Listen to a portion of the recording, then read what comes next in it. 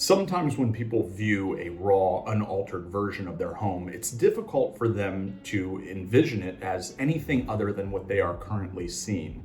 And if they are able to have some type of idea of what the room is to be, they question themselves as to how much money, time, and effort it will cost them.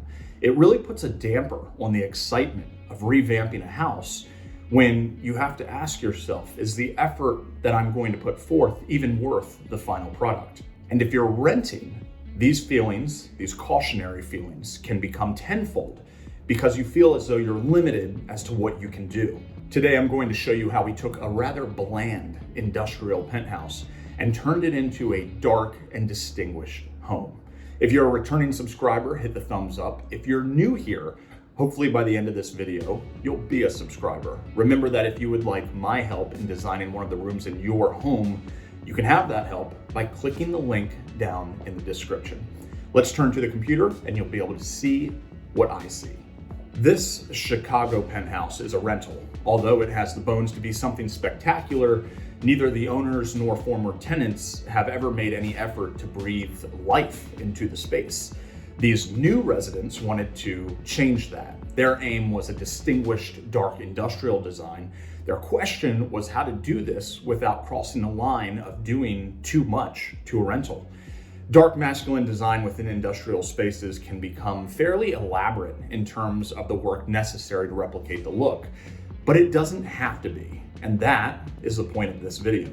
As you can see from the original photos, the previous occupants seem to have viewed this home as simply shelter, really, a storage room for their belongings. Our goal was to awaken the hidden potential that lied dormant in this shell of what could be, while trying to keep it rental friendly.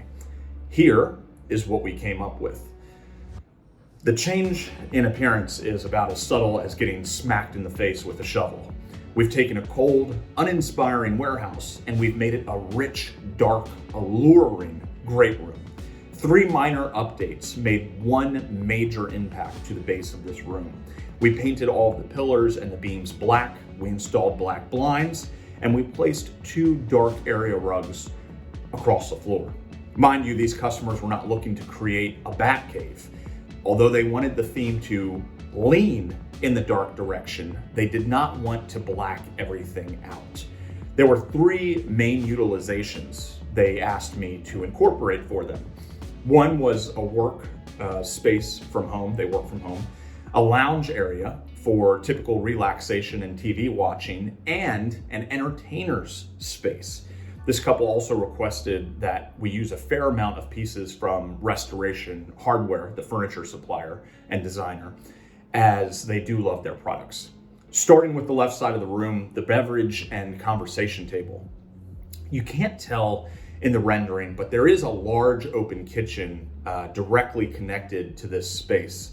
The purpose of this area was to rid ourselves of distractions, mainly of the TV, to sit, to enjoy a nice glass of wine or a cup of coffee, truly connecting with your guests while exchanging stories. The 4 bucket chairs paired with the round table create an intimate setting that encourages this behavior. We installed a mounted beverage rack that is see-through as to not take up floor space, and just as well, it made sure that the brick wall was not being covered and it continued to be a highlight, a natural accent, if you will, within the room.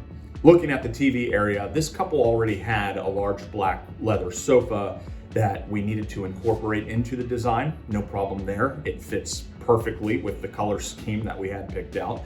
What we did need to make sure is that the accompanying furniture was a different color, returning to that idea of not making anything too blacked out.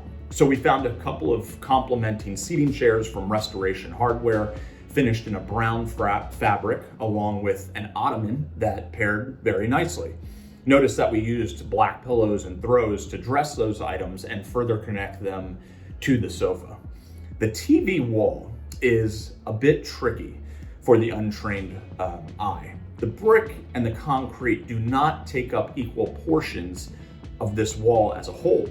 The brick extends across roughly 65% of the wall, leaving this off-center line where the two materials meet. Because it's off-center, it looks odd when you place the TV and TV console where center should be, where people typically would place it on a wall. Additionally, if we centered the TV on the concrete portion of the wall alone, or only the brick portion, that also looked extremely odd, especially in relation to the living room furniture facing the TV wall. To resolve this visual imbalance, we placed the TV and TV console off-center from one another, filling the dead space on the left with a dangling light fixture and filling the dead space on the right with a floor plan.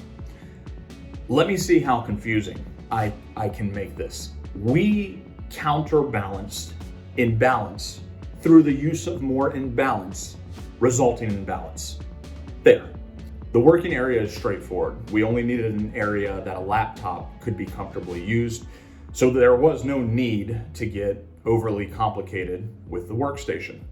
You've now seen a quick overview of creating a dark and distinguished industrial room without being too invasive. If you liked the video, hit the thumbs up. If you feel like sticking around a while, feel free to subscribe. I'll see you on the next one.